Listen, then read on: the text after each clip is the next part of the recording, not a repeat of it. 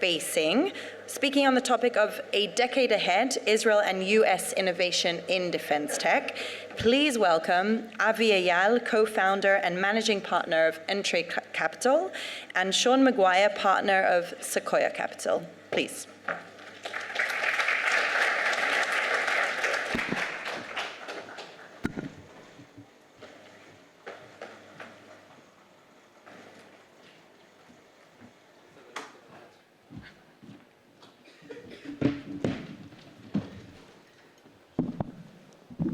Great. Hi, everyone. I'm not Shaun. Shaun, thank you for coming to Israel again and again and being with us today at this event. Shaun is a partner at Sequoia, a big believer in Israel, and done amazing things for the country, especially after the 7th of October. I'm fortunate to have worked with Shaun on a number of projects together, and it's great to have you here in Israel today. Thrilled to be here. Just to start, I'll say Israel means a lot to me. This is one of the most amazing places in the world. Tel Aviv is my favorite city in the world. I will fight very hard for Israel for the rest of my life. And Avi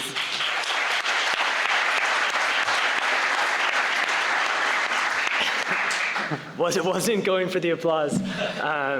It's just, I think it's what we all have to do. But Avi's an amazing guy. I won't go into details, but on October 9th, he came onto my radar because he was trying to secure some systems for Israel, and I helped him do it. And October 9th, 2023, not 2024. But this guy, from the moment October 7th happened, leaped into action and hasn't stopped fighting ever since. Thank you.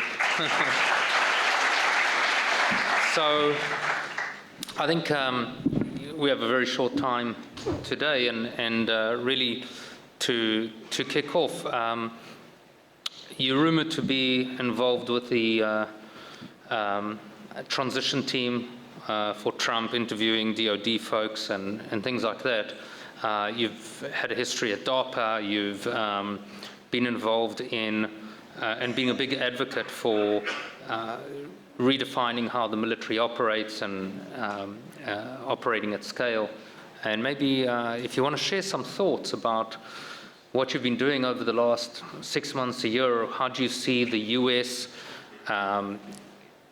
vis-a-vis its view of Israel and the region, and also the US view on onshoring, defense, and how you're setting up the US for success with Elon and everyone else involved in the process? There's a lot of questions in there. We can spend 30 minutes on this. Also, this is recorded, and so I'll say different things that I would say if it was fully offline. One thing I'll say on the relationship between Israel and the US, and then I'll maybe go back to what's happening in the US, but look, I think people in Israel would be fools to think that the relationship between the US and Israel was good the last 4 years under the Biden administration. And I'm sorry to be political, but I think a lot of it was with good intentions. I think Joe Biden personally has a good heart and cares about Israel and did what he can. But the policies of his administration, especially supporting Iran, were insane. I think there was a general philosophy that they should try to pivot towards Iran and away from Saudi Arabia, and that I think that was a very dangerous thing for Israel. I think the next 4 years we're going to be entering a much better era of partnership between the two, and kind of more aligned vision of how to have security in the region. But I think Israel would be foolish to think that it will always be that way. I think that from the Israeli perspective, has to remember what happened the last 4 years and kind of plan for either having leverage or independence or both. Great, and then it kind of leads onto a related topic of, you see this defense tech summit with so many people and startups, and Israel has to be self-reliant, independent, as it always has thought of itself and has always tried to do.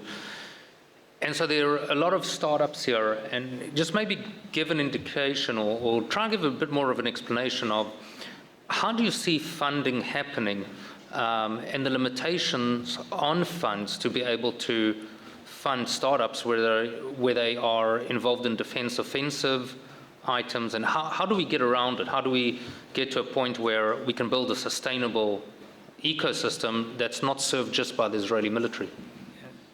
Well, I'm going to start by bragging for 1 second, but also to build a little credibility. And somehow this isn't that well known about me, but in a past life, I started a defense tech company in the US, a cybersecurity company, but that primarily worked with US government, sold the company for $1 billion to Palo Alto Networks. And if you go back, we started the company in 2012. At the time, like, you should not talk about working with the government. Defense tech was an incredibly dirty word.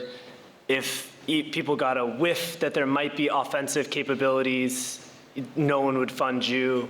It was a really different era. Fast forward to today, and I mean, defense tech is one of the hottest areas for VCs. I think it's become normalized to invest in companies that have offensive, abilities. That said, there is a distinction that a lot of venture funds in what are called their LP agreements, their LPAs, this is like the document that you sign with the investors in your fund. A lot of the older funds that set up their LPAs in the 70s, 80s, 90s have a term in there where they can't invest in firearms or sometimes munitions, but anything else is usually acceptable in the LPAs. Funds created in the last 20 years in the US, most of them do not have that term in their LPA. And even there, like, and I'll give credit, not at Sequoia, but I think funds like Founders Fund and Lux Capital and 8VC and some of these newer funds, they set themselves up where it's easier for them to invest directly in defense technology, especially ones that can be used for offensive purposes. And in the process of them doing that, it's helped normalize that behavior. I also think that just after the war in Ukraine started, even more than the war in Israel, it's also normalized. Like, a lot of people woke up. I mean, if I talked to people in Silicon Valley 3 years ago, people thought, end of history, war's never gonna happen, you're a bad person if you work with the military. And that line of thinking is completely gone. Something that I think is optimistic is, like, if you go to Stanford University, which has a pretty large contingent, probably 20% of the kids at Stanford are incredibly far left, even radical left, and are, some of them probably 5% living in encampments, supporting Palestinians. Probably 20, 30%, so a much bigger fraction of the students, they want to go work in defense tech. Like, I gave a talk at a defense tech conference at Stanford maybe 2 months ago called DEF CON, and there were thousands of people there. And so it's just, I think these are very optimistic, and the psychology has really changed and the funding has changed. But I think for Israeli companies, it's going to be essential to find ways to sell outside of just Israel. Like, the market for defense tech is not big enough alone to attract, large amounts of capital from America. You have to have a plausible path to sell into either Europe or America, which I think will be, I think will require a lot of work. Well, one of the things we've done at Entrée Capital when we've done defense startups, we've looked at dual use defense startups. So to try to get over the challenges of the military taking long to award contracts and to get up to speed, but also in terms of the fact that Israeli companies can't survive just selling to the Israeli army and then hoping to sell elsewhere. How do you see that in the US context? So do the US defense companies also have the same challenge, or is it less or so? I think it really depends on the specific company and what you're doing and the timing in the world. So like my company was dual use because it was cyber. Cyber's naturally more dual use than like if you're building munitions, it's very hard to make that dual use, maybe for mining or something. But I think it's very hard. I think something that is really underrated is that some of the biggest defense companies in the world started off actually as consumer companies or totally civilian companies. One example is DJI. DJI was obviously fully consumer in the early days and now is not. If you go back to the early days in World War II and the Cold War, a lot of the big defense tech companies in America started off making refrigerators or making, radar for other things or vehicles or all sorts of other products. One of my favorite companies of all time that somehow no one really knows about is called Beckman Instruments. Beckman Instruments, I think it's arguably the most important company of all time. Beckman Instruments was created by this guy, Arnold Beckman. He was a Caltech professor. He invented the portable pH meter, which was used primarily for farmers to test acidity of oranges to know if they were ripe to pick or not. It became a chemical instrumentation company, which basically founded the modern silicon era. So Shockley Semiconductor, the first semiconductor silicon transistor company, was actually a wholly owned subsidiary of Beckman Instruments. People don't know that. And then kind of for the first 30, 40 years of making silicon, the hard thing was handling chemicals, and Beckman basically made most of the instruments to handle the hard part, and had a huge impact in kind of Cold War during this whole process. But I could give you 100 examples of companies that in hardware that started off doing something small and niche and then grew and grew and grew. I think my personal philosophy is that the way to build a software company is different than a hardware company. When you build a software company, I think your initial market is very important. Software companies almost never have an organic act two where they go from one market to another. With hardware companies, it's the opposite.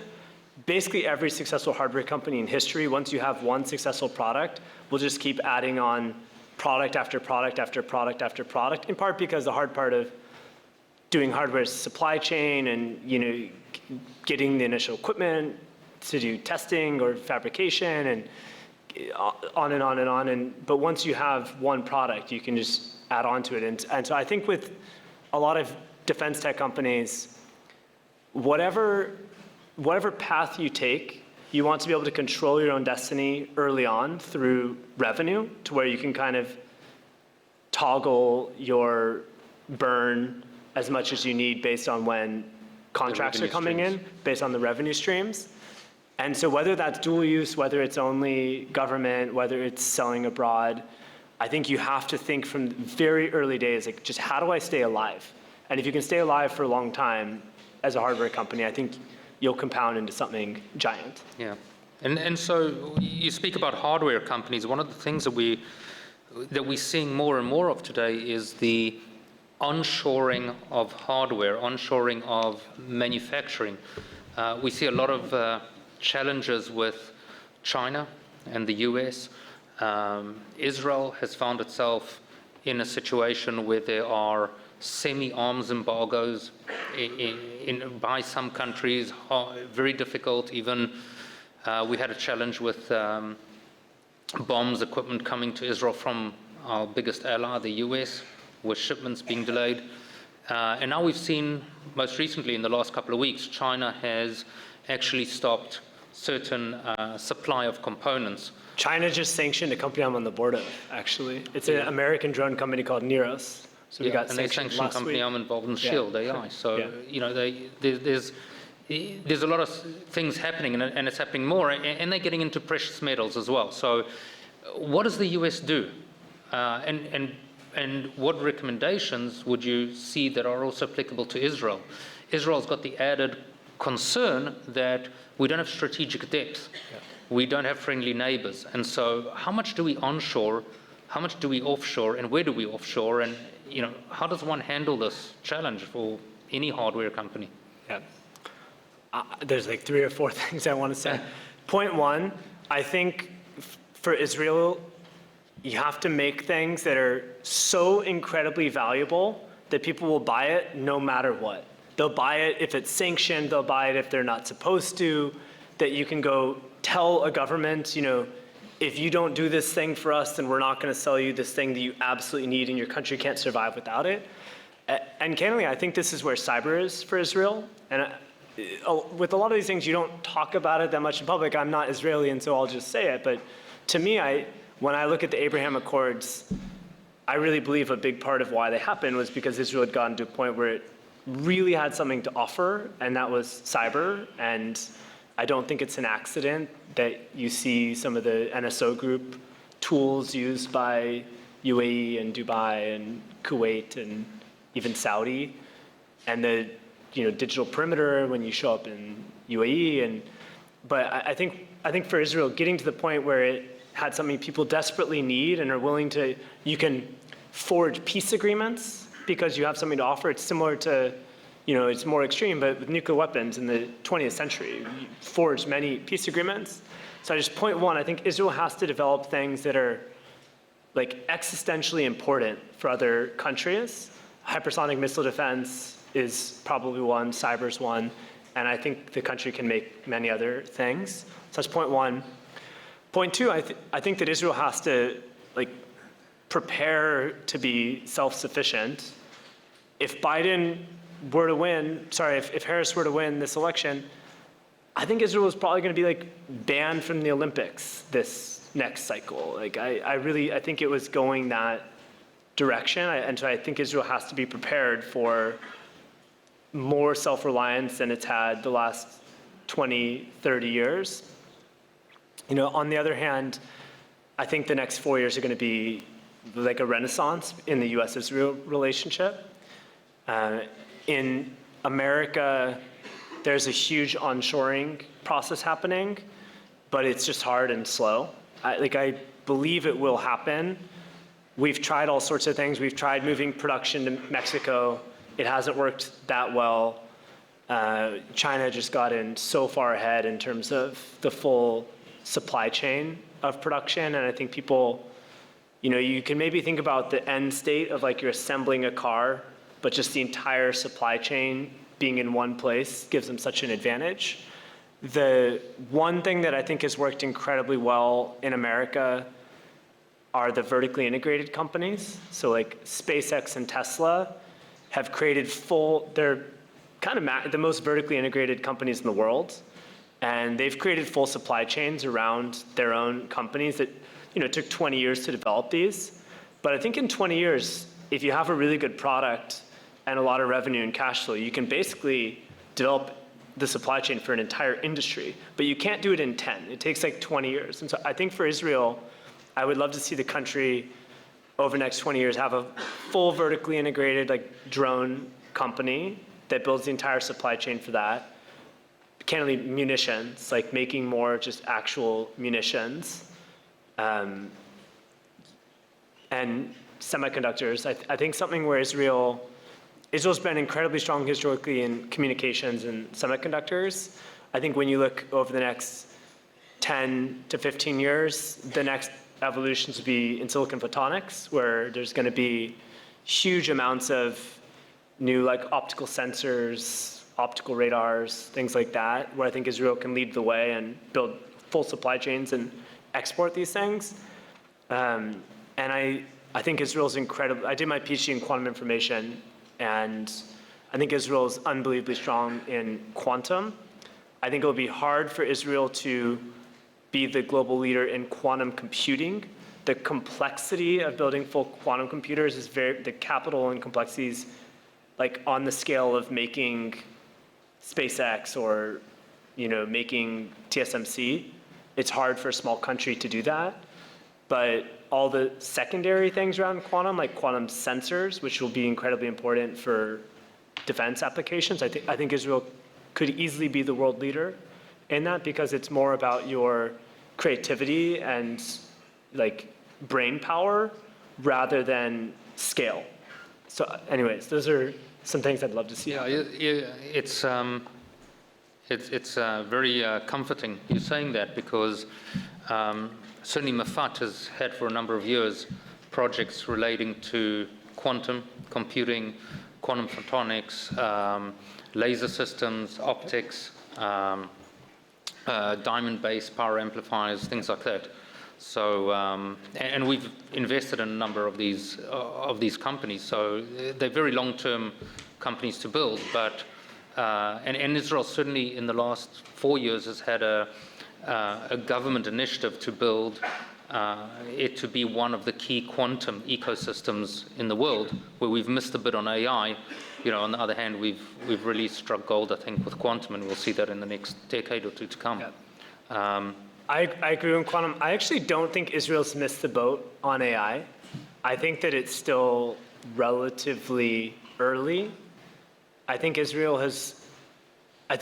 unlikely that the world's like foundation model company is created here. I think that company probably already exists today. Yeah. But I think where the biggest consumer companies are created, like the Google equivalent, I think that's fully up for grabs. And I think on the hardware level, I think the reason why NVIDIA is winning is because of the Mellanox acquisition. And obviously NVIDIA has a huge presence here. But anyways, I think Israel still has a huge opportunity in AI. And if you look at the people that have had the most impact in training the foundation models at OpenAI or Google or other places, at least 3 of the 10 best in the world are Israeli. Noam Shazir and Elias Suskavar and a few others. So I'm very optimistic about AI here as well. So I think we've got a bit of a timing challenge. Someone's trying to get into me, but maybe in closing, you'd like to give some advice to the startups in the room, which are defense tech startups, as to the next decade ahead. They're all out there building new technologies and things like that. What are the 2 or 3 pieces of advice you have to offer those folks? I said this before, but I'm going to reiterate. I think I've studied hardware companies my entire life. I think this is the most important thing to understand with hardware companies. You just have to stay alive. And I think a lot of people building in hardware, they get advice from people that built software companies. Ignore the advice from people that have built software companies. With hardware companies, you just have to stay alive. And that oftentimes means going slower your first 5 years than you want to, and do whatever it takes to get revenue, whether it's NRE revenue or consulting revenue or selling a tool to farmers in the meantime. Like, get that revenue base, and then you can really expand from there. So that would be one. And 2 is, I think people they oftentimes bite off more than they can chew early on. And I think the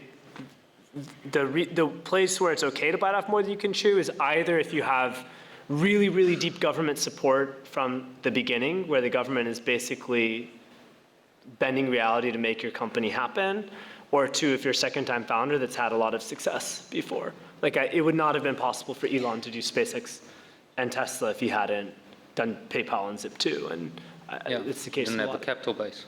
Yeah. So what can the government do, would you think, is 2 or 3 things the government can do to help support and advance startups, especially defense tech startups, in the coming years? So and how bad are we on time? We have 2 minutes, 1 minute? I think 2 minutes. Okay. We can drag another minute, right? 5. They'll give us 5. Great. Wow. Amazing. So I've been to over 100 countries. That was really trying to understand how the world works. And one of the lessons for me was just from pattern matching like governments, you basically have a spectrum, and you have the most centralized governments, like China, probably the most centralized, and you have the most decentralized. I think Israel and India are like two of the most decentralized governments I've ever seen, almost in that the government is basically powerless. Like here in Israel, the prime minister himself, there's not much he can actually do unilaterally. Almost anything he wants to do requires like 3 people to sign off. In China, the thing that they've done so well is they've used that centralized power to king-make companies. So like the biggest battery company in the world is called CATL, C-A-T-L. It was a spin-out. The company was only formed in roughly 2010. Sure. And what happened is the government had been funding battery research for a decade before, and they basically just gave it to one guy that they trusted and said, take this 10 years of research and lots of government loans and go build a battery company. And now it's I haven't looked at the stock in 6 months, but a 200 billion plus market cap company. But basically China said, we want a global battery company. And instead of letting everyone compete, they chose one company and basically king-made it initially. I think the philosophy in the West, in America and in Israel, has been let everyone battle it out and see what happens. But we're competing against governments that king-make companies. And I think that here in Israel, if there's either some technology that the country feels like is absolutely critical, it has to happen, then I think the government should try, whether it's through the IDF or government directly, to almost intervene and try to king-make. And it's not an individual, but it's a company, to make it so that there's a drone company or a munitions producer or whatever. And I think I think the second thing is, like, I won't go into the full details, but some of my friends actually in Mafat, like, I gave them a drone, a really amazing drone. They tested it. They said it's the best FPV drone they've seen. They tried to buy some. They couldn't get approval from the Israeli government, from anyone. Like, we literally went to everyone. We couldn't get more drones into the country. I personally bought 100 of these drones, donated them to Israel. We could not get them into the country, even with incredibly senior approval. And just that, like, there has to be ways, like, when Overcome bureaucracy. to overcome the bureaucracy in mission critical purposes, and it's very, very hard today. It's interesting that you say that because, if you look at Israel, the social experiment from the early 50s and 60s, the government made big businesses, made some monopolies, which helped Israel develop into a country very early on. Today we don't like those companies so much, but the same token, if you look at Eyal and Elbit and Rafael, it wasn't a fair competition right to start off, but then we did end up with great technology and great businesses. But every now and again, I think the tree has to be trimmed and more trees replanted, I suppose, over time, right? And I would just say, I think we're at a phase where the competition is China now. And I think we have to revisit, like, we have to do that again. Yeah. And we have to do it in a world where we're at both a technology transition point, kind of all the legacy technologies of the last 50 years, airplanes and tanks and everything, are being unbundled or going autonomous, going smaller, going attritable, etc. So it's changing technology, and it's no longer Western production and like the Western system competing against Eastern production and Eastern governments. And I think Israel has to adapt to that. Yeah. Thank you, Shaun, for coming. Last thing I'll say, I'm incredibly optimistic about Israel. Like, I know it, to everyone in Israel right now, I know it doesn't feel like an optimistic time. It's been a horrible 15 months. But for me, as someone that has been coming to Israel for the last 20 years and has been here quite a bit the last 15 months, I am more optimistic about the country than I've ever been before. If you look at the rate of progress over the last 20 years, like, when I first came to Israel, I was told to ration my water. Now Israel's a water exporter, energy exporter. I'm just I'm really optimistic about has technologies that especially in cyber, the world absolutely needs. And so I just want to say, for someone that's on the outside, I'm genuinely very optimistic about the country. And I just bought a house in Israel, really put my money where my mouth is. Yeah, congratulations. Thank you. Ladies and gentlemen, thank you. Thank you, Shaun, true patriot and a true supporter of Israel. Thank you very much. Love you, Avi. Thank you.